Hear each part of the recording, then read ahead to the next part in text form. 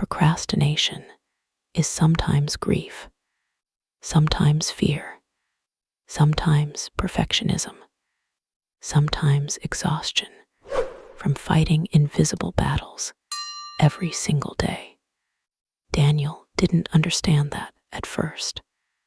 He thought he was just lazy. That's what everyone called it. Lazy. But laziness never cried at midnight over unfinished dreams. Laziness never opened a laptop with good intentions and still froze completely. Laziness never carried guilt everywhere it went. You don't say it, but you feel it. That silent panic when another day passes and nothing changes. Every morning, Daniel promised himself the same thing. Today will be different. And every morning, he believed it. He would sit at his desk, open the document, take a deep breath, then somehow, his hand reached for the phone again. One video, one scroll, one distraction, then another, and another, until evening quietly appeared through the window, and guilt slowly filled the room again. The worst part was that Daniel cared deeply. That's what made everything hurt more. People think procrastination means you don't care, but sometimes procrastination happens because you care too much. Every task felt emotionally heavy. A simple email felt stressful. A project felt terrifying. A dream felt dangerous. Because what if he tried his hardest and still failed? That fear lived quietly inside him. And when something feels emotionally dangerous, the brain looks for escape. Not because you're weak, because you're overwhelmed. So instead of starting, Daniel distracted himself. Videos, snacks, scrolling, cleaning random things. Anything to avoid the uncomfortable feeling, waiting behind the work. At first, he blamed discipline, then motivation, then time, but none of those explanations felt completely true, because even during moments of rest, his mind never rested. The guilt followed him everywhere, while eating, while laughing with friends, while trying to sleep. There was always this invisible sentence repeating inside his head. You should be doing more. Nights became the hardest because nighttime removes distractions. During the day, noise protects you. Messages, music, movement. But at night, there's silence, and silence tells the truth. Daniel would lie in bed staring at the ceiling, replaying every unfinished thing in his life. The opportunities he ignored, the dreams he delayed, the version of himself he kept postponing. And underneath all of it was one terrifying thought. What if I'm wasting my life? That thought hurt him more than failure itself. So he tried fixing himself. Productivity apps, morning routines, motivational videos, colorful schedules inside brand new notebooks. For a few days, things improved. Then the cycle returned again. Strong start, small delay, guilt, avoidance, self-hatred. Repeat. Slowly, procrastination stopped feeling like a habit. It started feeling like identity. That changed everything. Because once you stop trusting yourself, Even simple promises lose meaning.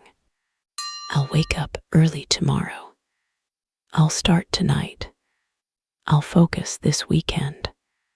His own brain no longer believed him, and every broken promise weakened him a little more inside. One afternoon, Daniel sat inside a cafe pretending to work. His laptop stayed open for nearly 2 hours. Nothing happened. He typed one sentence, deleted it, checked his phone again. Across the room sat an older man, quietly writing inside a small notebook. No distractions, no chaos, no rushing, just calm focus. For some reason, it bothered Daniel deeply, because he couldn't remember the last time his own mind felt calm. Everything inside him felt noisy. Pressure, fear, comparison, regret, even rest didn't feel peaceful anymore. It felt guilty. That night, instead of forcing himself to work, Daniel asked himself a different question. Not, how do I become more productive? But, why does starting feel so painful? The question stayed in his mind for days, and slowly, uncomfortable memories surfaced.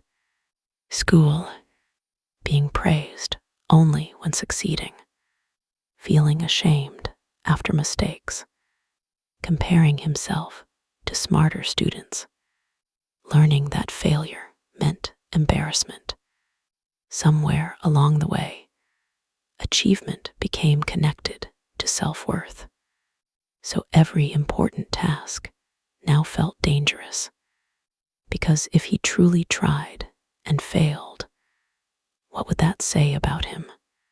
That realization changed everything. His brain wasn't protecting laziness.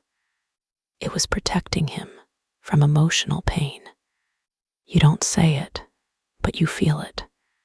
That fear of discovering you're not as capable as you hoped. So instead of risking failure, you delay action. Tomorrow feels safer, because unfinished dreams still feel perfect inside imagination. Reality cannot. The strange thing was, once Daniel finally started tasks, they usually weren't as horrible as he expected. Most suffering happened before beginning. Inside anticipation, inside overthinking, inside fear, the mind turned simple actions into emotional monsters. And slowly, Daniel stopped trying to become perfect. Instead, he focused on becoming honest.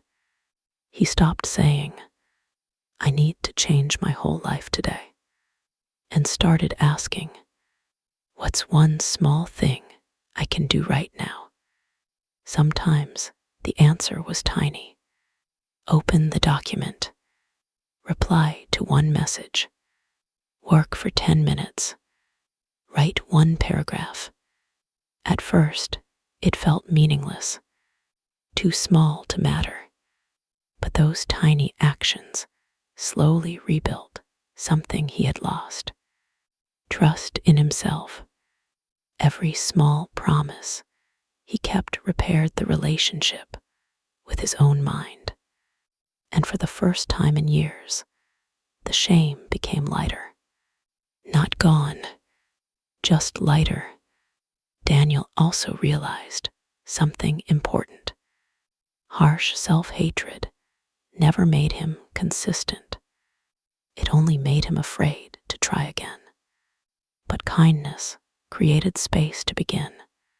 So when he failed now, he stopped saying, I'm useless. Instead, he said, today was difficult. That small change softened something inside him. Weeks passed, then months. His life didn't suddenly become perfect. He still procrastinated sometimes, still had anxious mornings, still had days where fear won. But now he understood what was happening inside him, and understanding removed some of the shame.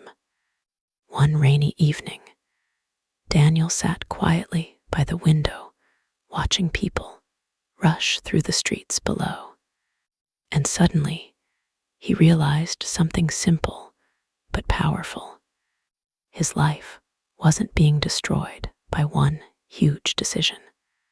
It was being shaped quietly by tiny repeated choices, tiny delays, tiny escapes, tiny avoidances. But if small actions could slowly destroy confidence, then small actions could slowly rebuild it too.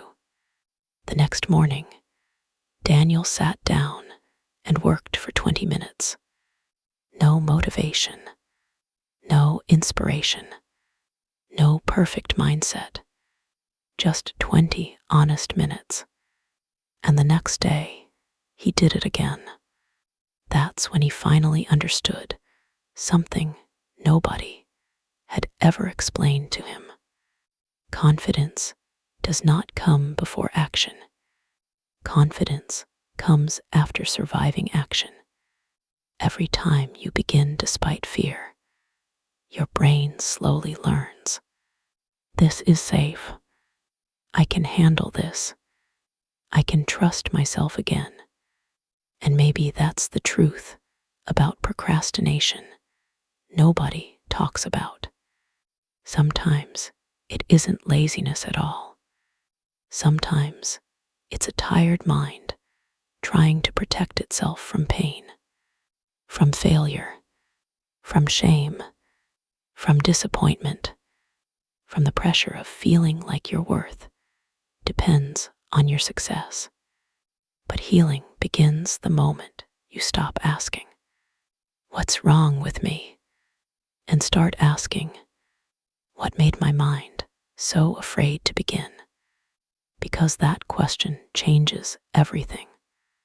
And maybe you won't transform overnight. Maybe you'll still struggle tomorrow.